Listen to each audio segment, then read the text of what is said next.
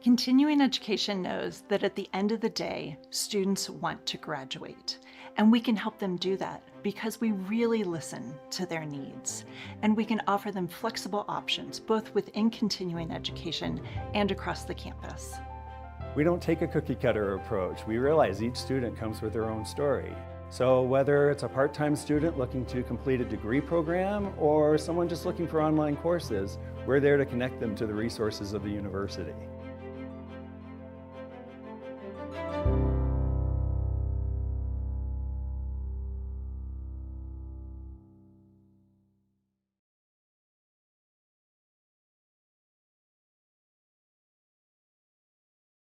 Good afternoon, ladies and gentlemen.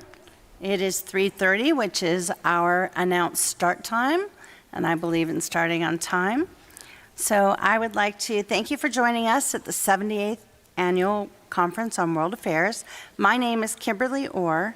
I'm the Executive Director of the Alumni Sea Club, Colorado's Letter Winners Association, and I work in the athletics department here at the University of Colorado. I will serve as today's moderator. For recording purposes, today's date is Tuesday, April 14th, 2026. The panel time is at 3:30 p.m., and our title is From Imposter Syndrome to Shattering the Glass Ceiling. As your moderator, I have some housekeeping tasks I have been asked to take care of. Before we get started, I would like to read the University of Colorado Boulder's Land Acknowledgement Statement. The University of Colorado Boulder, Colorado's flagship university, honors and recognizes the many contributions of Indigenous peoples in our state. CU Boulder acknowledges that it is located on the traditional territories and ancestral homelands of the Cheyenne, Arapaho, Ute, and many other Native American nations. Their forced removal from these territories has caused devastating and lasting impacts. While the University of Colorado Boulder can never undo or rectify the devastation wrought on Indigenous peoples, we commit to improving and enhancing engagement with Indigenous peoples and issues locally and globally. We will do this by recognizing and amplifying the voices of Indigenous CU Boulder students, staff, faculty, and their work, educating, conducting research, supporting student success, and integrating Indigenous knowledge, consulting, engaging, and working collaboratively with tribal nations to enhance our ability to provide access and cultural sensitive support, and to recruit, retain, and graduate Native American students in a climate that is inclusive and respectful. Thank you once again, and welcome to CWA and today's discussion. We ask that all of our attendees remain respectful throughout the discussion and refrain from interruptions. Signs, banners, noisemakers, and other audible disruptions are not permitted and will result in those responsible for being asked to leave the room. Time will be allocated for questions from our in-person audience. We will take your questions via handwritten note cards. Please raise your card when you have a question, and a producer will give you a note card and a pencil. For my sake, please print legibly and raise your hand when you have completed the card, and a producer will collect it and bring it to me. And now I would like to ask each of our panelists to introduce themselves, and I remind our audience that full speaker bios can be found online at the CWA website. Ozzy, I'll kick it to you. Thank you very much, and hello to everyone, and I'm happy to be on this panel, and thank you for coming to this panel. I was born and raised in Iran. I grew up learning that there is definitely a second sex, and I belong to that sex. And I came to the United States about 30 years ago, and it's been interesting to function at the intersection of many different oppressions and liberations. I work in the space of human rights, gender equity, I was the director of the commission, executive director of the Commission on Gender Equity for a mayor in New York City, and my job was to systematically look at policies that create havoc in the lives of women and girls and undo those policies, undo laws, and come up with executive orders that can create better outcomes in the lives of women and girls. Happy to be here. Thank you. Gabriella? Thank you. Awesome. I have worked in the technology field for the last 35 plus years, and I spent 25 years at Microsoft, and most of that time I was the only woman in the room. And in my 25 years at Microsoft, I worked across 6 different disciplines and 14 different jobs, and rose up through the organization. And every time I thought about leaving, there was something new and cool happening, and I wanted to go do that. And so I stayed. I also am a fierce advocate for bringing more women into technology. They're still underrepresented, and while there is a higher percent of women who graduate with computer science degrees and degrees in technology-related fields, they leave the industry early on in their careers. And it is a problem with the way that the industry treats women and thinks of women. And I will give you this one story. I was very interested in understanding how transgender people experienced the workplace. And so I joined the employee resource group for our transgender teams. And one of the women in there shared with me that she had worked in gaming for her whole career, but she was a man when she started. And she always got very high reviews and great promotions and recognition when she was a man. And when she transitioned to a woman, within a year of transitioning to a woman, she was told that she lacked the passion for the job and she should perhaps be in a different career, right? And so that was just one of those things that just really burned me up. And so I learned that there was a lot more I could learn from individuals who really experienced the world from both sides than in a way that none of us could. And so I'm a fierce, as part of that, I started a Women in Cloud group, Women in Technology group, and when I looked back on my career, on what enabled me, it was allies.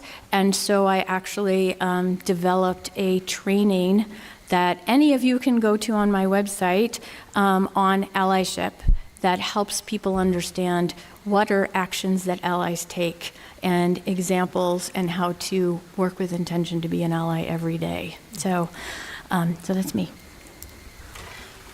Thank you. Fascinating. Go ahead, Sheila. Thank you. Hi, Sheila Warren. I work in technology, but I've had a couple of different career transitions over the course of my time. I started off as a lawyer in what's called big law, so at a very white shoe Wall Street law firm. Then I moved into civic technology and philanthropy for a bit, which is a very women-dominated field, but has its own challenges and its own ways. And then I moved into technology. And so for me in technology, I've worked primarily with startups. And the thing about a startup is it's when you're with, in a room with 4 people, it's very democratic until it suddenly isn't. And it's been fascinating watching how, as companies get bigger, there are things that get easier about, I think, the gender dynamic. There are things that get harder. Along the way, I have 3 daughters. And along the way, I think I've had, frontline visibility into the maternal tax, which I think is very, very real.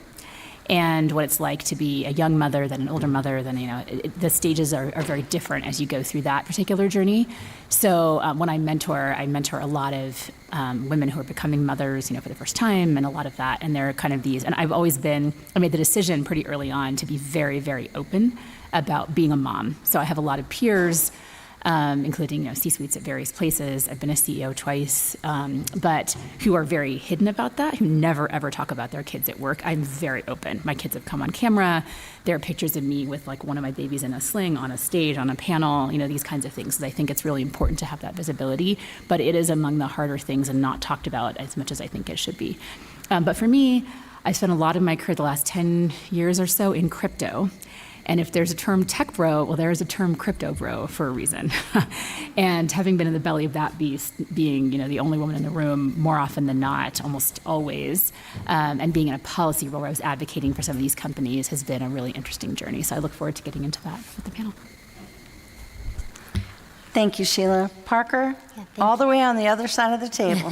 Thank you. Welcome. I've spent my career essentially in politics. I spent 14 years as a chief of staff on Capitol Hill to a member who rose up, was in House leadership, and became a committee chairman. I then went and ran the National Republican Congressional Committee, which is in charge of all of the House congressional races in the country, and was very proud that the cycle that I was there, we added 20 Republican women, which was a new record in terms of the number of Republican women in Congress and the number we elected that year. I now run my own consulting business where I work with organizations, donors, super PACs, and have enjoyed having a bit more flexibility in my life, but still have a special place in my heart for getting more women involved in the political process. Thank you. For our opening question, we're going to talk a little bit about how things shift as you rise to the top. So just an opening statement to frame the conversation. Imposter syndrome does not disappear at higher levels, it evolves. This conversation explores the tension between internal doubt and external power, and how leaders move forward while reshaping the systems around them. So in our opening question, I'm going to offer this to anyone who wants to answer, and then I do have some specific questions for each of you. So was there a moment in any of your careers where the voice of doubt remained, but your willingness to act changed? And if so, what shifted for you? Who would like to start?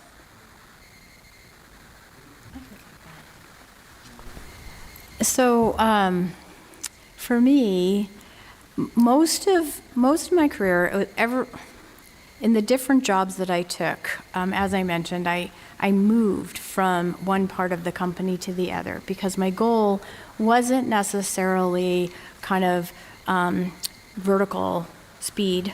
It was breadth.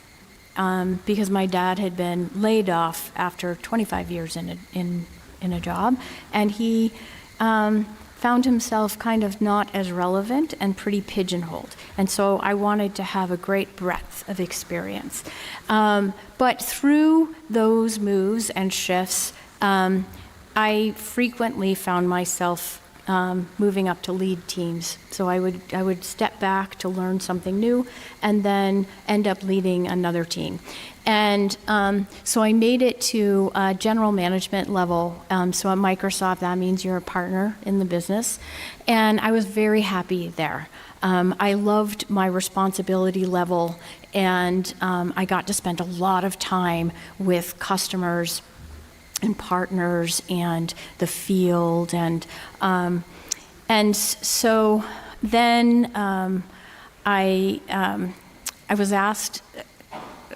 One of my mentors said, "I think you should take this job as the corporate vice president of this organization," and I was like, "No, And he was like, "Why?" I was like, "I have never met a corporate vice president that I liked." And when I look at the job they do, I don't like the jobs that they have to do. And I like the jobs that I do, and I don't like the jobs that they do. And I don't think that that's something I want to do, right? And he said, okay, so let me give you this to think about. When you are the corporate vice president, you decide what is the job that you do. And you then surround yourself with other people who do the things you don't like to do. He was like, so when I hired you, you do these things really well, and I don't like to do those things. And I do these things really well, so I chose to do those things. But you do not have to do the things I did. You keep doing the things you did, because that's what we like about you, and then you hire people to do those other things. And I'm like, oh, okay, I get that. And then he said, and here's the thing. When you looked up, you didn't see any corporate vice presidents you liked. Be the corporate vice president you would have liked, right? I was like, okay, yes. And but then when I shifted, this was not a linear shift, right? And I had expected it not to be, because when I went from director to general manager, it was definitely not a linear shift. But what changed was less about me and more about people around me, because people around me started to act differently to me.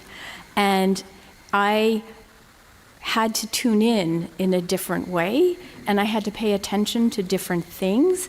And so it was at that moment that I thought, I don't know if this is me. Like, I don't know. I feel like I'm play acting this role because I'm having to be different than I've been, right? And I had to find the me that was back in that role, so that, because I didn't want to be like the role models I'd seen in the role, but then I didn't have a role model for the role, and I had to figure that out. And I definitely felt like an imposter for like the first 8 months of that job.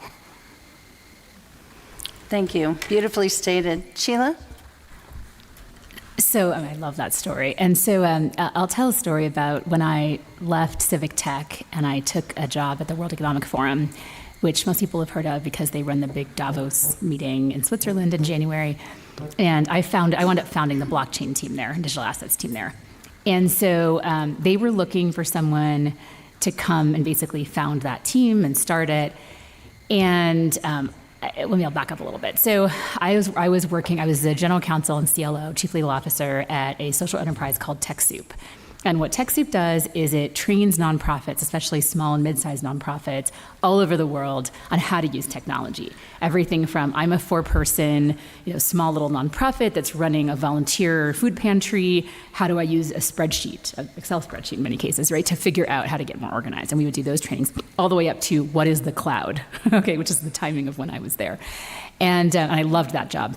I got very concerned about hacking attempts on our database. We worked with a lot of activist organizations, and the mere information we had could have gotten people disappeared or killed, right, in many cases. And our CTO and I had actually taken some of this data out of the cloud, out of our databases, and put it in file cabinets because we were so concerned. We had to have it on record. Someone told me about blockchain technology as a different form of data storage. I was very interested. So that was my sort of introduction. It was not a Bitcoin entry point. It was a data security entry point and privacy entry point. Anyhow, but I knew that technology through a very specific lens. And so when the forum came to recruit me, I was very hesitant to take this job because I'm a lawyer by training, I'm not a computer scientist. And my husband sat me down and he's like, why are you hesitating to go for it? They're coming to you, they're recruiting you, like there's something that they want. And he's a technologist, he was at the time, he was at Google, and he was like, let me tell you how many, to use his language, like idiots are talking to me about blockchain and they don't know what they're talking about. And they're all sitting at Google telling me all these things. And I'm like, I know that's nonsense. It's like, you know more or just as much about what this actually is than any of them. And it's not a technical job. They're not asking you to come in and code something. They're asking you to make sense of this to heads of state and CEOs and all these, this kind of be an explainer, which is what you do. And I thought, he's right? He's absolutely right. This person who knows me better than anybody. And why am I hesitating? And so I went for it. It turns out they'd interviewed almost 85 people for that job before they even got to me. So they had already scoured the Bay Area tech landscape, and they knew that wasn't what they wanted, right? And on some level, when I got the job, I was absolutely shocked. And when I started, I was, but I decided I was just going to go in. Like when I left the law and became a technologist. It's a long journey, a very weird journey. But when I did that, I had to sort of take a breath, right? So I decided I was just going to act as if and get in there and just do the thing, and we did it, and it was incredibly successful. But I'll tell you a previous story, which is the first time I ever had to run a technical team. So I was a lawyer for a long time, outside counsel to a bunch of different organizations, and realized there was a need for a particular product. I think the best founders are those who are solving a problem. And this was a matchmaking organization of small, little, tiny nonprofits to donors in the United States. I got this inspiration around the time of the Haiti earthquake when I had friends in Haiti and their nonprofits weren't getting funded, but the Red Cross was getting funded. And I found that very distressing because I knew that those folks on the ground had a very different sensibility of what was needed, okay? But they weren't findable to a lot of these funders. So I thought that is a match problem, that's a tech problem, surely we can solve that. But I didn't know how to build anything, okay? So it turns out other people had the same instinct. I wound up meeting up with them, and we came together, and they gave me a set of developers, a bunch of people, to come help me build this thing, okay? And my husband warned me. He's like, listen, these guys are not going to be easy on you, okay? You need to have a plan for how you're going to win them over, get them to trust you. And so what I did is, I remember the craziest thing about when I left law for tech is everyone has a laptop up. When you're in law, no one's doing that. It's so rude if you're a lawyer and your client is telling you something and you're on your phone. Now it's very commonplace. But I walk in this room, they all have their laptops up. And he told me that would happen. So he's like, at the time it was Skype, you're just going to Skype me and just tell me what they're saying, because they're all going to be typing, trust me. And I was like, what? So I literally would say to him, this is hilarious. So if you're a technologist, so he had given me something to read on product management. I grokked probably 10% of it. I read it 3 times. I didn't really get it. But they said to me, we're an agile workshop. I don't know. I was like, is this a yoga thing? What are they talking about? I had no idea, okay? And so I said, they say they're agile. And he's like, ask them how long their sprint cycles are. So I'm like, how long are your sprint cycles, okay? And they're like, well, yeah, we were in 4 weeks, now we're gonna do 2 weeks, blah, blah. And I was like, I had very little clue, right? Yeah, I was like, why is this important, But I completely faked it. I had this Cyrano, my, at the time, boyfriend, now husband, just being he's like, they're gonna try to mess with you. They're gonna do it. So I was ready for it, but I didn't know what form to take. And there's only so much prep you can do, right? They bought it. So a year later, I remember telling Max, who was the head of this team, I'm like, I was completely BSing you. He's like, oh, we were doing the same thing to you. He's like, not even a problem, whatever, right? And I'm like, okay, here we are, right? So we developed this great relationship, and we built this product that is still, today it's called NGO Source. I'm super proud of it. It has diverted billions of dollars away from administrative overhead to actual charitable giving. So I'm really proud of it. But like I say, that was the origin story of it. And it was just about this refusal I think you have to be humble enough and self-aware enough to know what you don't know, but you don't have to apologize for it. Because no one's asking you to apologize for it if you're in the role. And if you apologize, you come in a place that's very hard to dig out of. But if you come in and you know it, then you kind of know what you have to cover for until you know it.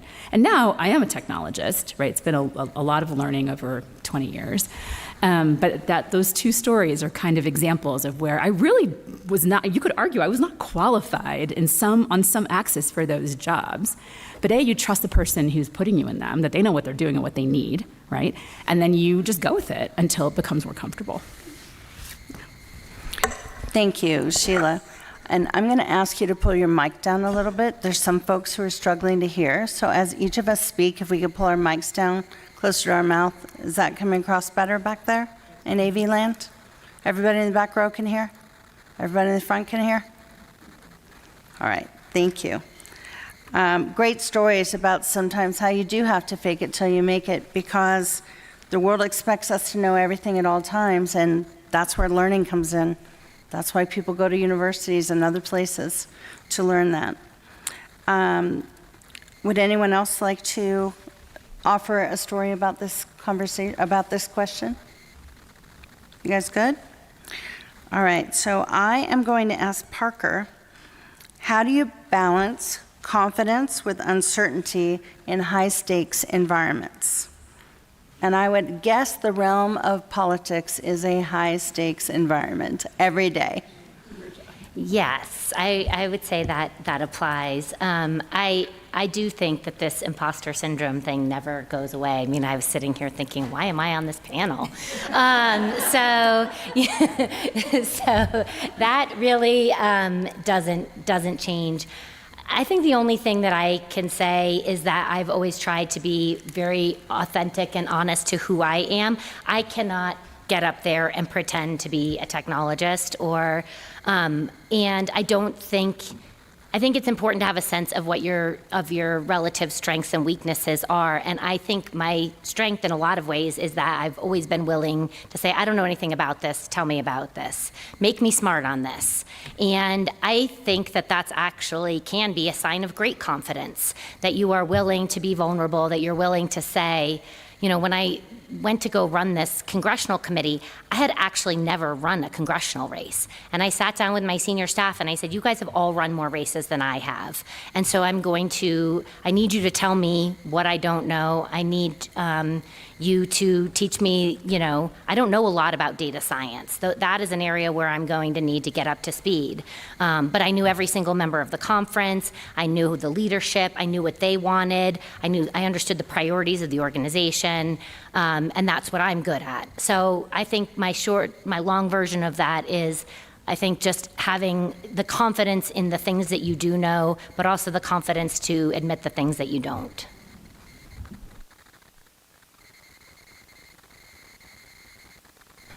I have a question for you, Ozzy. Is imposter syndrome an individual thought or a signal that systems must change? Great question. Breaking the glass ceiling, from my perspective, is not an individual project. It's not, I sincerely believe that it's not about how smart you are. It's not about how confident you are. It's not about your education or your skin color. Breaking the glass ceiling is about shattering sexism and male domination.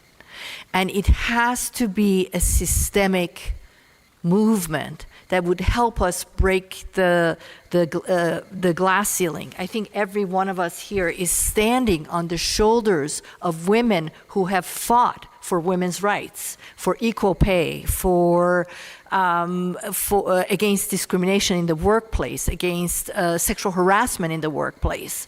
If it wasn't for the wins of our mothers and our sisters, none of us would be able to rise in the environments that we have.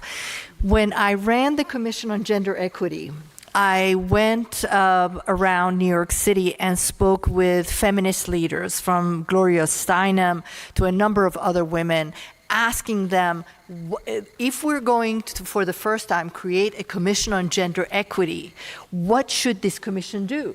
What are still the systemic problems that stand in the way of women to be able to really break this glass ceiling? And over, we heard pay equity, parental leave, minimum wage, leave for domestic violence, right? Publicly stating how much, what the salary of a job is. Most of us walk in and have no idea what the salary is. You know, a man may ask. So we started collecting from the field, from the feminist leaders, about what were the changes that they wanted to see. And we decided to go with basically what I call a low-hanging fruit. Let's have a win. Let's go after a policy and have a win. And the first win we thought was to make menstrual pads available in all our public school systems, in all our shelters, and in all our prisons, so that no woman or girl would be put in the position of having to put her dignity aside to ask for pads. And we also realized that girls were missing school because their families can't afford to buy them pads. Right? Women in prisons, they were given 4 pads for the duration of their periods. Women in the shelter system just don't have pads. I mean, we're talking about the dignity of women, right? So we started going down that route. And at one point, I was sitting in a room with 14 men negotiating, making pads, menstrual pads available in these systems. And they were pushing back. It was going to cost the city $14 million a year to make pads available. And in that moment, I thought, that's it. I lost the battle. I think, and this was going to be low-hanging fruit. We were going to win it like this. But they were saying this is too expensive. The city cannot afford to make this possible. And in those moments, in my mind, I was thinking, you're stupid, you can't think. I mean, all the recordings that have been installed in our heads. I'm not a stupid person, but all these recordings that have been installed in our heads as females started playing louder and louder and louder in that moment. And at one point, I just had to say, no, just talk to that recording, no. We are winning this. And in that moment, I came up with the idea of how much does it cost for the city to buy toilet paper? We're paying $70 million a year for toilet paper for our systems. And I said, this is a physical, natural aspect of a woman's body. And you do not want this to get into the newspapers that the city is not paying for natural bodily functions. And we were able to win that. And now for the past, I would say 10 years, we've been making menstrual pads available.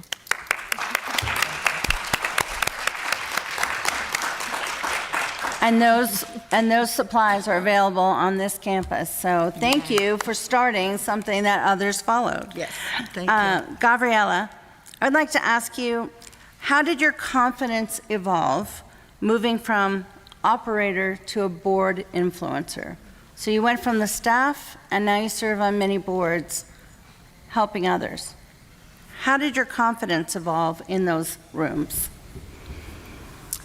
So it's a great question. When I was planning my exit from Microsoft, I knew probably 2.5 years before when I was planning to leave. And I thought, what do I want to do? Like, it's not like I don't want to do anything, but I certainly don't ever want to work for another company again. And I want to be in technology, but not like in every day, right? And so a friend of mine said, well, have you ever thought about being on a board? And I was like, no, I have not. And so I took a class at the University of Washington on being on a board of directors. And as I sat through that course, I was like, happily understood that the role of an operating advisor on a board was very similar to the role that I played in the job that I had, which was, at the time, I would help my leaders understand how to be better leaders. And then I would help our customers and our partners understand where's the opportunity in the market and how to go after that. And I realized that that is what I would do on a board as well. And I would listen to their plans and then help direct them and ask them a lot of questions about what they were thinking and how they were doing it. And then they would come back and I could help them evaluate that. And it is the difference between being on a public board and being on a private equity owned board. Mm-hmm. And I tried my hand at a public board while I was still at Microsoft and did realize that that was a little more boring for me. And so then I also started to lay the groundwork. So I reached out to some of the private equity companies who were owning the customers and the partners that we worked with. And I asked them, if there was anything I could do to be of service to them in the job that I had. And they were like, oh, yes. And so I started to kind of work with them in the same way that I would work with any customer or partner. And so then when I left, it became kind of a natural step off to continue to work with them, but to be able to do it in a much deeper fashion with NDAs and things that I couldn't do before. And then they asked me if I would represent them on the boards where they made the acquisitions. And yeah, it's been beautiful and it's been super fun. So I didn't, now on two of the boards that I'm on, I am the only woman on the boards, and there's 8 or 9 other men. But I think similar to when I stepped into the corporate vice president role, the job itself comes with a certain level of credibility. And so throughout my career, I had to prove my credibility every space and every place that I went. Like I had my 5 minutes of who I am and why you should listen to me on this thing, right? Presenting to IT pros, to presenting to CIOs, they were always men. But once I got the title of corporate vice president, suddenly people just listened to me because I had the title of corporate vice president. And when I had the title of being the board member, people would just listen to me, right? And that was one of those, oh, wait, okay, so this is different, right? And so, yeah, it's been a really welcome transition for me. That's great. Thank you. Sheila, how do you lead confidently when no clear answer exists? Wow, that's a great question. And I think that most of the time when you're a leader, no clear answer exists. So I would say this is like 99% of the time. That's the job. The job is to navigate ambiguity. I think one thing I'm very cautious about, because I see this actually felt like more men fall prey to this than women in my experience, which is what I call the cop car phenomenon. So if you are a highway patrol person and you're driving down the highway, oh, look, no one is speeding. Isn't it amazing how everyone always obeys traffic laws all the time? What a magical world. The minute that you're not in that role and you're driving as a civilian, you realize everyone speeds all the time, right? And so when you're a leader, there is a tendency to tell you what you want to hear. And again, I have quit jobs because the leader, the ultimate leader, in one case, whatever it was, simply would not surrounded themselves deliberately with people that were telling them what they want to hear. And I find that to be a big, big red flag. And again, it is very gendered in my experience. This is something that men just seem to fall prey to very naturally. So I try to be very conscious of it. And so I'm very conscious of when should I not be in that room, right? I think there's a tendency, like when you first become at any level leadership, if you become a leader, a higher leader, you have to recognize, like you just, hey, we're all buds, right? Like I'm just going to show up in this meeting and it's going to be great. No. You are the cop car driving down the highway. No one is going to say the same things they're going to say when you're in the room. So you have to be very strategic. What meetings do I need them to come to a conclusion and then figure out which messenger they're going to send to me, right? And in what cases is my being there actually very important? Okay, so all of this is to say, I think the way that I navigate confidently is because I'm confident that the data and information I'm getting is real.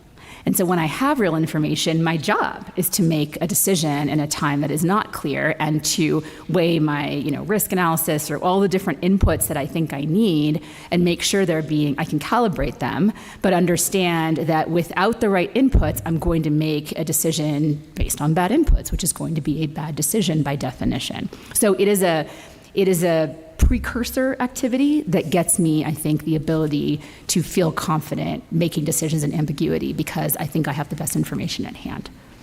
Now, what's really interesting, I think, is as AI becomes increasingly prevalent in systems, you're seeing a lot of leaders who are defaulting to the AI because they think the AI is not going to bias. Well, if you haven't been apologized to by AI, you're not using AI enough, okay? Is what I would argue, right? And so I think that's the next level of caution is when can an AI, so if you've got like financial figures or there's certain aspects like budgetary kinds of questions for me anyway, I am using a lot of AI for those questions because they are somewhat mathematical and they're gonna do better math than I'm gonna do. I was a math major for 5 seconds and then was not, put it that way. So some of the computation, things like that.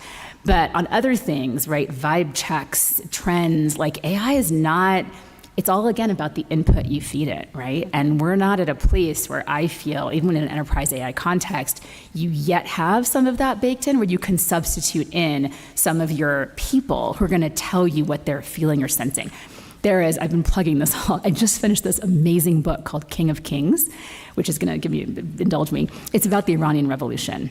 And the takeaway I took from this book is how leadership failed over and over again, both on the side of Iran and on the side of the American presidency and Congress and everybody there, because they were getting bad information. Right? And there were no information. And I read it as an object lesson for what I'm talking about, and like very validating that this experience, I think, is universal. It's not just in technology or law, it's really something that leaders in general need to be on guard for.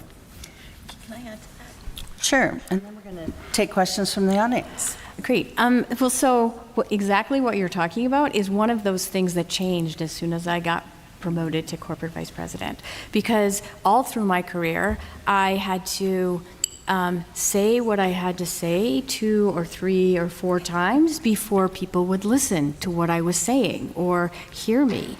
And then when I became a corporate vice president, what I found is suddenly anything I said, everybody started doing stuff, right? And they started acting on it, and they started saying, well, Gabriella said, and I'm like, oh, holy cow, wait a minute, not used to this, have to rewind. And so I had to learn not to give my opinion, to ask for people's opinions, to really wait before I weighed in, to be very thoughtful about the things that I said, and to be very clear when I was thinking out loud.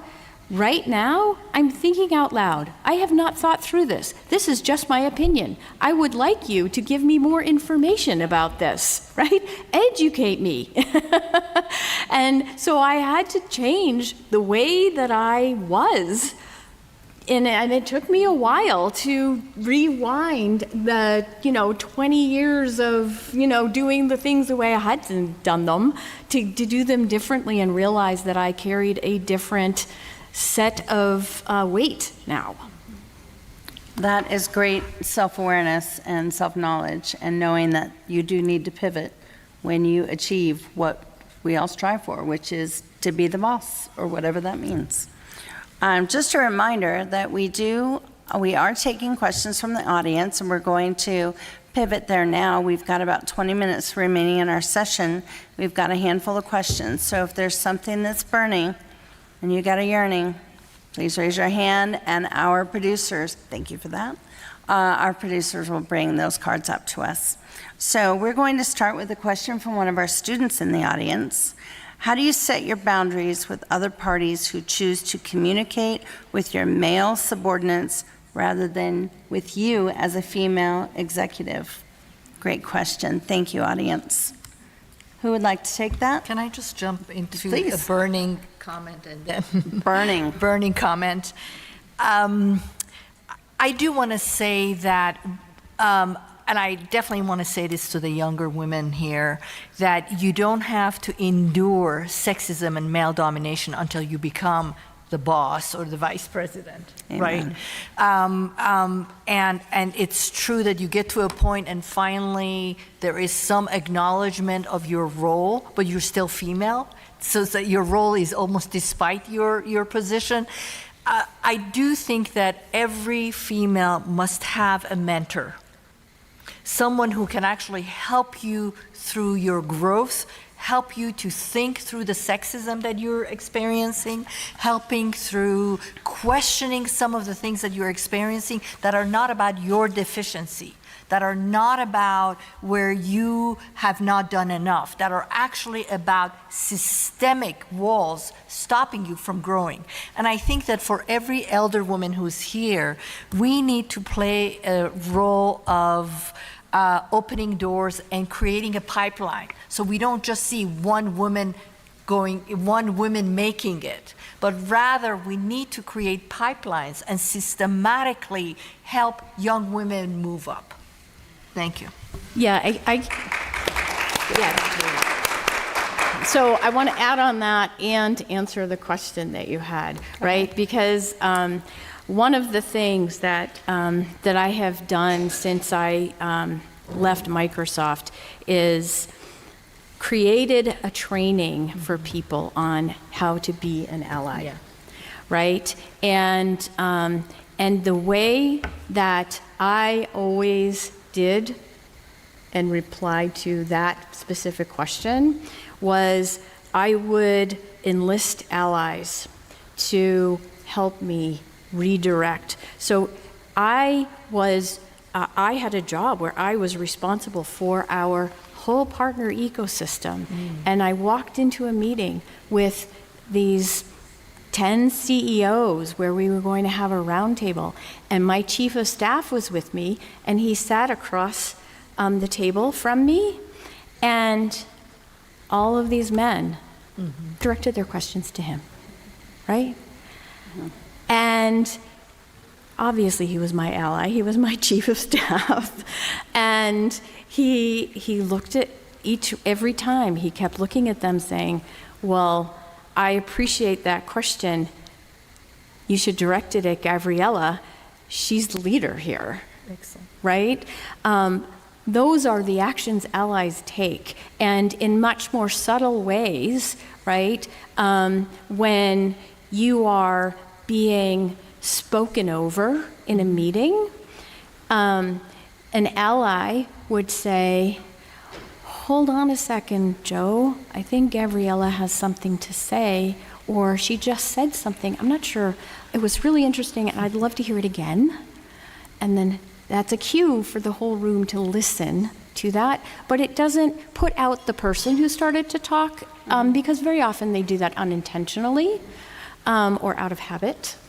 And yet it moves, it puts you back in power. It gives you back the floor, right? And so those are the actions that allies take. And so when I do this because when I looked at my career, I said, how did I survive all of those years and thrive? It was because I enlisted allies. So it wasn't like people just stepped up to be allies. They didn't. It was because I actively asked them not to be allies, because that really wasn't a word, but I actively said, hey, did you notice in this, when we get into this group, I frequently get interrupted. And they may say, hey, I hadn't noticed that. And you say, well, it happens. And when it happens, I would love for you to notice that it happens, and this is what I'd love for you to say. And in that way, I built allies, because if in that moment I had to say, excuse me, I was still talking, that sounds very defensive, and it puts you in a different place than if somebody else just says, hey, I'd love to listen to what you just had to say. I'll just add exactly the same, and I think on the topic of sexual harassment, there is this really not funny joke women of my particular generation, microgeneration, have, which is we kind of exited the sexual harassment, phase of our careers into the mother phase of our careers, right? It was like we got like a year in the middle, and then all of a sudden, you're hitting one tax and the other tax, and you kind of went from one to the other. But we had there were always whisper networks around, some of this illegal behavior, right? But we had a network at one of the places I worked where there was a guy who subsequently had to flee the FBI to Canada and then was caught and extradited for trafficking, funnily enough. But we all knew that he was a problem in all the ways. And we would pair each other in his office. Like if he called us into his office, we would walk down the hall, and like there were a dozen of us that knew that this guy was a problem, and we would just go in together. And somebody would be right outside at the coffee, or kind of leaning in the doorway, or just checking in 15 minutes or whatever it was, to just serve as that protection because the leaders were not doing anything about it. And so I had learned kind of about this activation in that context of really trying to avoid, an uncomfortable situation, but all the way up to, a really really, really horrible situation, right? Trying to avoid that at work. But when I got to other places, similar activations around the kinds of things Gabrielle and others, everyone's describing, but you have to name it and you have to create it. You can't just kind of hope it's going to happen. It's really about telling people, like, this is naming it. This is the person, this is the context, this is what I've observed. Have you observed this? And if you haven't, will you keep an eye? Like, there's some of that. And then what do you do? And having an agreed upon playbook. So in this case, it was like, I'm going to lean in the doorway, or I'm going to come by in 15 minutes and knock on the door, or I'm going to, whatever it is, to interrupt any sort of discussion with this guy. Similarly here, it's in the meeting, I'm going to then say da-da-da. And you're almost like scripting it in advance, so you feel supported going into those spaces. And then you actually act with more confidence in the space because you've teed it up where there's going to be a response if this kind of behavior happens. So it really is about, again, like that pre-work to know that you have your sources of support there with you in the room, or that are coming, in the case of the harasser, they're coming to get you in a way and look out for you. And those champions are the gold, right? They're the gold you find in the hallways of every company you've ever worked. We all have a story about somebody who was there for us in a moment that was inappropriate, or a moment that just didn't feel right, but you couldn't yet name it. But that's why you get that allyship. And this next question speaks to that. It says, I find it interesting that Gabriella and Sheila, in Gabriella and Sheila's case, men encouraged them and gave them the confidence to move forward. Do you think men who are supportive of women are the best mentors, or do we need more women organized or women's organizations in that role? Men may or may not be helpful to crashing the ceiling. And then it says, allyship, exclamation point. So would both of you named like to speak to that? And then we can open up to Ozzy and Parker if you'd like to add anything. Yeah, well, I just happen to tell stories that involved my husband in one case, but there are plenty of stories similarly about women who mentored me. I would say my probably strongest mentor I ever had was the CEO of TechSoup, a woman named Rebecca Massasak, and she saw in me something that I didn't see. Right, and she was unapologetic about it, and she just kind of threw me into situations and was like, "You got this, you got it." Right, and that unerring, unshakable confidence that she had in me really caused me to believe those things about myself. Right, and and funnily enough, there wasn't actually, I don't remember anyway, these very explicit, like, people imagine a mentor, they often imagine someone who's like sitting down with you and like parsing through everything you've done. It's a lot, I've never really had that. I've had some people who taught me something, like, you need to know this area of law, you need to know this thing, and it was a very skills-based kind of, training conversation. I've had that occasionally, but most of them, my most successful, I would say, mentors were more like sponsors. They were putting me in situations that they had the ability to put me in that I couldn't get into myself. They were nominating me for something or whatever it was. And then it was on me, right? Like, I had to rise to that. And I had to trust that they saw something in me that again, I didn't necessarily see yet. But that kind of opportunity, I think, is really powerful. And a lot of those people have been women for me, no question, to date, to this day. There's definitely many women who have been supporters for me, and in the work that I do, I teach as many women as men on how to be allies. I think, one of the things that I realized was that there was a particular incident that happened when I realized that in all of the time that I've been working in tech, things have not gotten better. Like, things maybe had gotten better for me because I knew more people and I didn't have to prove myself every time I walked into a room. But for people then coming in, women then coming in, things hadn't gotten any better. And then I realized that as I started to investigate what did that support look like and what did building an inclusive environment look like, that I was doing them a disservice, everyone a disservice, by ignoring bad comments or laughing something off because I was being a terrible role model, that was okay, and I was somehow saying that was okay. And so then I started to change my behavior, and that was like well before the other stuff, right? But I had that realization, and I was like, oh, okay, it is not okay, and I'm in a position where I should name that, and I should be the one to say this isn't okay, and I should model the right way to move past what just happened, and then I should coach the people who did something inappropriate later on how not to do that and why that wasn't appropriate.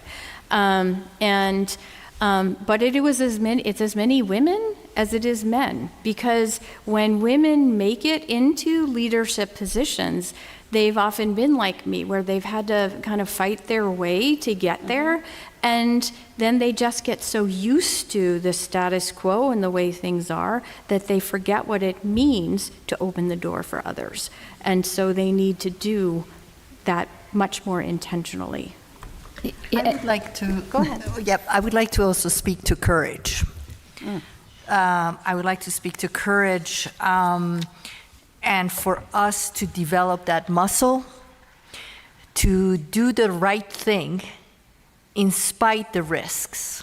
And I know for both men and women, there are risks, particularly in the work environment, to stand up against sexism, to speak up against sexism, to speak up to comments that are dehumanizing to women in the workplace or people of color, or to stand up to policies that exclude some of the workers in the work environment, right?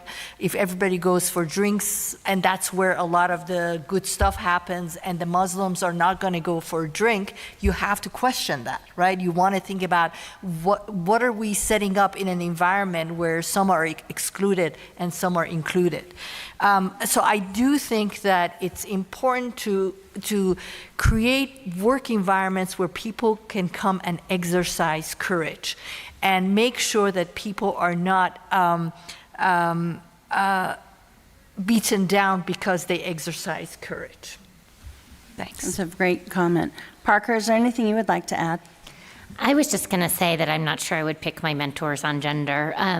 The best mentor I have was a male boss that I still talk to all the time, and he's the person who's like, stop being a wimp, ask for the raise, like, who pushes me really hard, and I need that sometimes. And I've had female bosses who were terrible mentors, who wouldn't open would let the door slam in your face, to your point. So that's my only point, is that I think that you just have to find the person who's the right fit for, what you need in your career, as opposed to making it more gendered. Yeah, I was just going to say to that point, some of my biggest, I don't know if the opposite of an ally is, whatever the opposite is, have been women. Right, some of the biggest detractors, some of the people that were not, excited that there was a woman in a position because for whatever reason it wasn't them or it wasn't their person or whatever it was, right?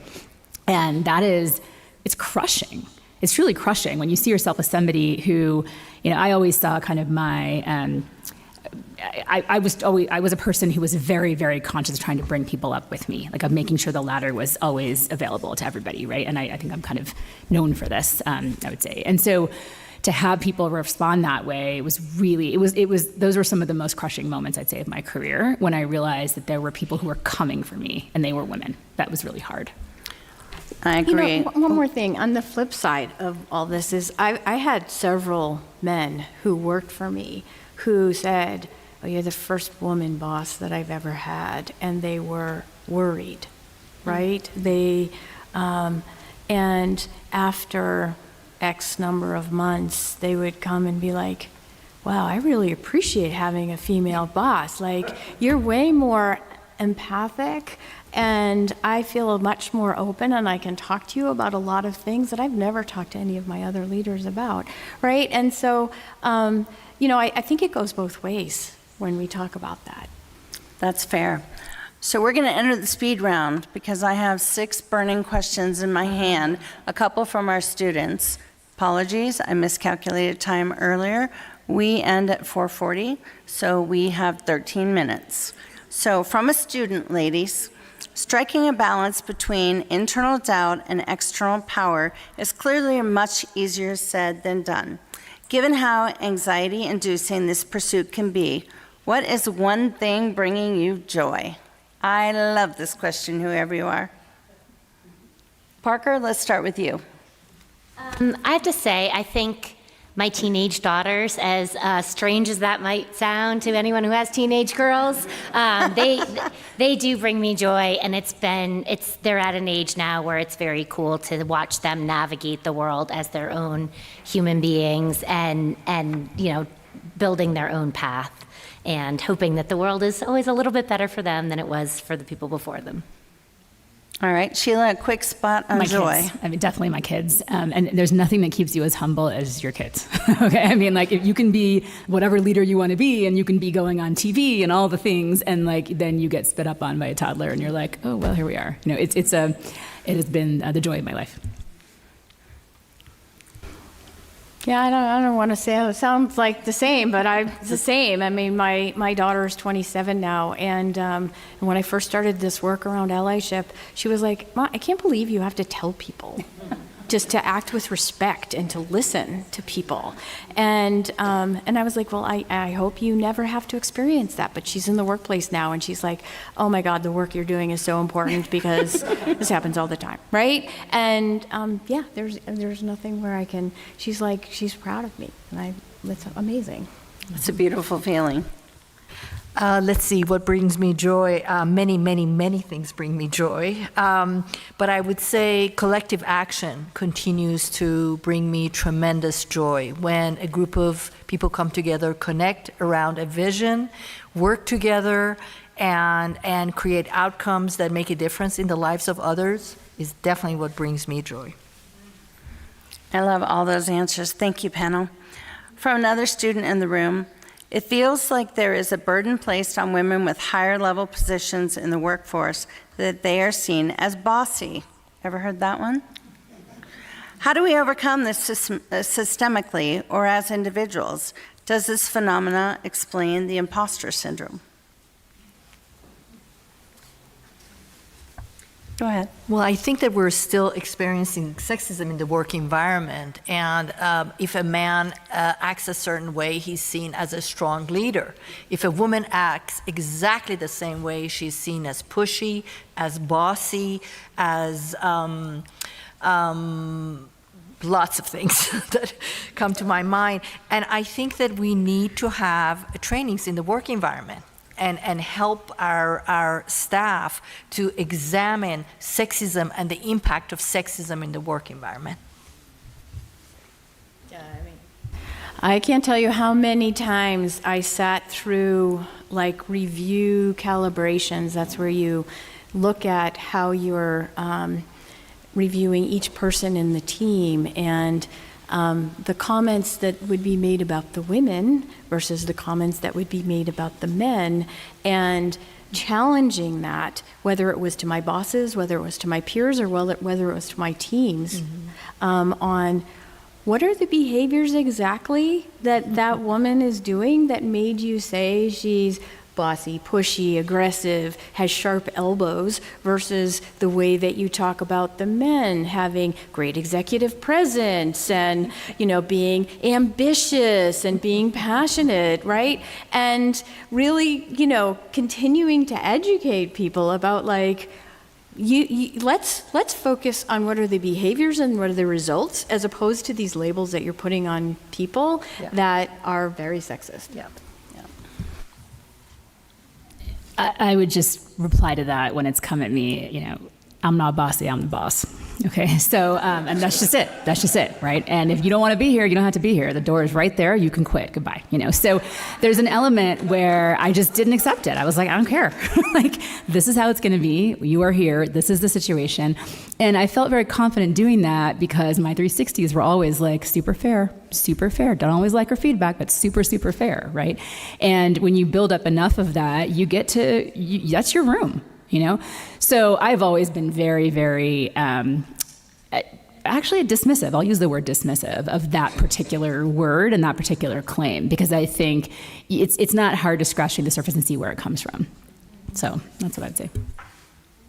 I think the only thing I would add is I've watched a lot of focus groups where voters are watching candidates, and these are not their bosses, but the reactions are just the same. The way voters see female candidates and male candidates is very different, even when they're saying the same thing. So it's very ingrained. Thank you, ladies. Another question from one of our students in the room. It was mentioned earlier, breaking the glass ceiling is to shatter systemic sexism. What are ways we can do that within the workforce? How can we fight sexism within our everyday lives? Do you want to start? Sure. I think that I would like to say that we should always be involved in two separate movements. One is taking on sexism in our own minds as females, and that every one of us, I think, needs a support group. In the 60s and 70s, there were support groups where women can be part of, and now we think that that's over, and now every young woman is expected to function in isolation, taking on these big systems. So I would say you don't need to take on these big systems by yourself. You need to have a group of young women or women around you who can actually help you think through these systems. I am an executive director of a not-for-profit organization, and I am in a support group with a group of executive director females. And we come together on a regular basis and talk with one another about what it's like to lead an organization, what it's like to lead your board, what it's like to think about systems that have not been set up historically to back and support women. I completely agree about having support networks and support systems, and you should always have a board of directors around you that you can throw ideas off of and check in on your sanity. I also think that it's not just sexism, it's racism, it's, all the phobias that people have about people that are different than them. And the things that you do every day is you work with intention to, I believe that every single one of us acts as an ally in our lives for people who are like us. When we look at somebody and we say, I remember when, or you remind me of me, or whatever, we are allies. The goal of being an ally is to work with intention to take those same behaviors and do them for people who are specifically not like you. All right. Looks like we have a lot of agreement up here. Our next question is, does being a leader mean having a vision that's different? Would anyone like to answer? Maybe. Sometimes it can mean that. Sometimes it doesn't have to mean that. I think there are times when I've been in really operational roles, really my job was to implement, someone else's vision, right? A board's vision or a CEO's vision or whatever. And I had to have a vision about my vertical, about the thing that was under me or that I kind of controlled, but it wasn't necessarily my job to have a, groundbreaking vision about the other thing, right? When I've been a founder, it's my vision, but it's always calibrated. I've always had kind of a group, vision, because you want to make sure that what you're doing is resonant and reflective. It's a very context-dependent question. I think when you first become a leader, when you first get your first, we haven't talked about how management and leadership are different, and it's important to understand those skills are different. And so a lot of people who come up through a management track, like you'll have a job, then you get a couple of reports, and then you have to figure out now what do I do? What does it mean? Your role shifts. But leading is a little bit different from managing, right? And so understanding that, and there are times when leadership it's a skill you have to hone. It's not taught the way management is, not as often as it should be, but it's certainly taught more, I think, than leadership. But yeah, it really depends on the context and what is being asked of you and what is necessary. So one thing I think is really important is to always contextualize yourself, your team, your organization. What is the roadmap that's under you? How does that fit into both your organization, sister organizations? When I've done movement building, it's really been around what is the role we play? What are the boundaries on our role? And how are we partnering with other organizations and spaces, to make sure that we're leveraging all of our talents and capabilities, et cetera. It's the same way I think about my team. What are the gaps on my team? What do I need? Can someone be trained up in that? Do I have to hire for it? All these kinds of things. But yeah, I think it's a good question, but it's something that is very hard to answer in the abstract, I would say. I think the other thing is that I don't think of myself as a person with a vision. I think I've had a lot more operational roles. I don't think that means you can't be a leader. And I think that, there are lots of ways to be a leader, and just not being a big picture, big ideas person shouldn't hold you back from that. Yeah, I agree with both of those things. And I would say that I think the greatest leaders recognize that they are not the smartest person in the room, and that whatever idea they have they're not the first person to ever have that idea, right? And that they go out and they build support, and they find others who also either push back or validate that idea and join the journey. And I think the real leaders are the ones who can create a following and create a movement around something, and maybe do some pattern matching or do some connecting or bringing people together to make impact on whatever that idea or that vision is.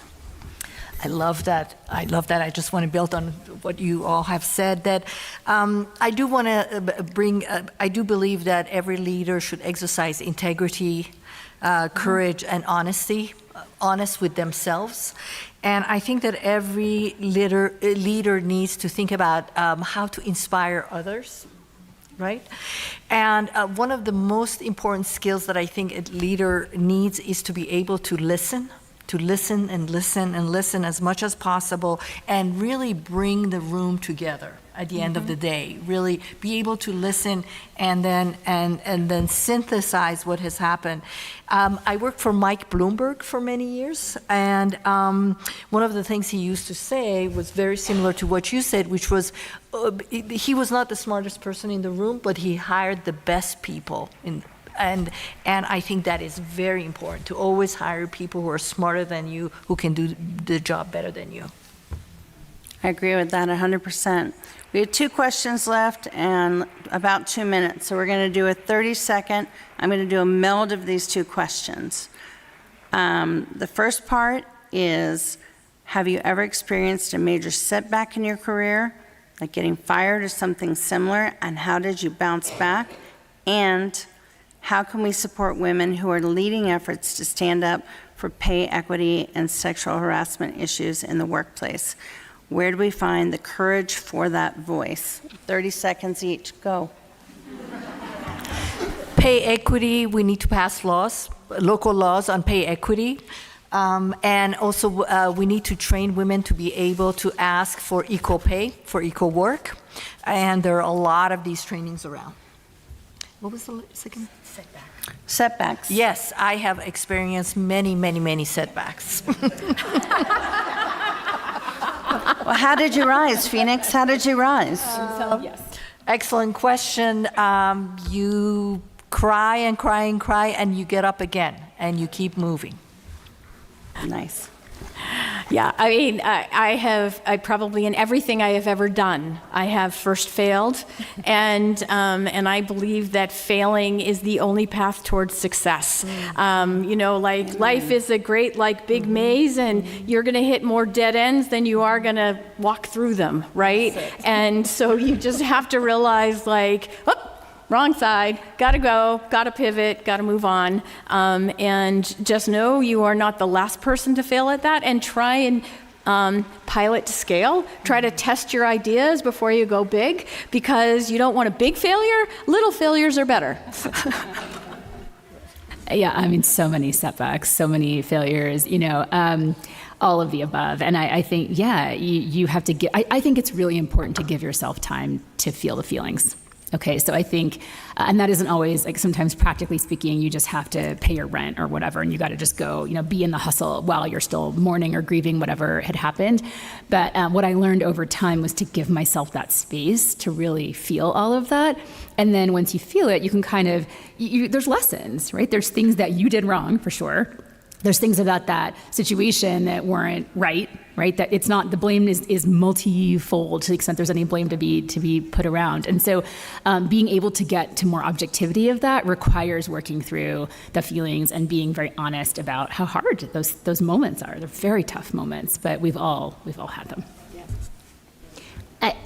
Oops. On the setback thing, I can think of just two really big ones in my life, and both times I was able to go to my network and find something new, find something to do in a pretty short order, after the grieving. And I think in a weird way, it just made me incredibly grateful for the kind of professional network that I have built over my career. And so there was that silver lining to it as well. Yeah, and I just really quickly want to mention shame.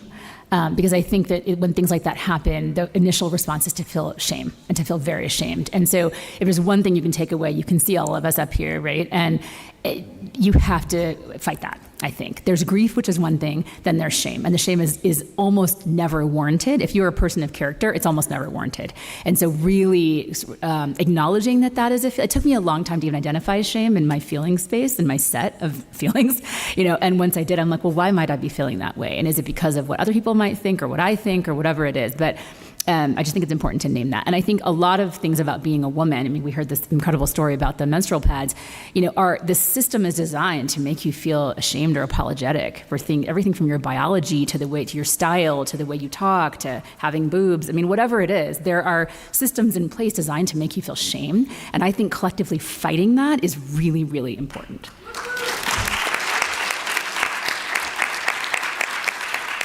So I would like to add, for those of you who are looking for ways to support other women, create your own board of directors. Find people with like thought, like goals, commonalities, and work with those people to the more people who are supporting these women who are walking into the light and bringing good things for all of us. I think that's the way we all stand up for everything that is not working well in the workplace or not working well in the world.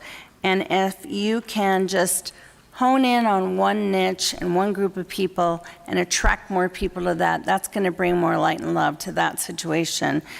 I think you've been a great audience. Thank you for letting us go over time. Obviously, there were a lot of questions and a lot of great answers.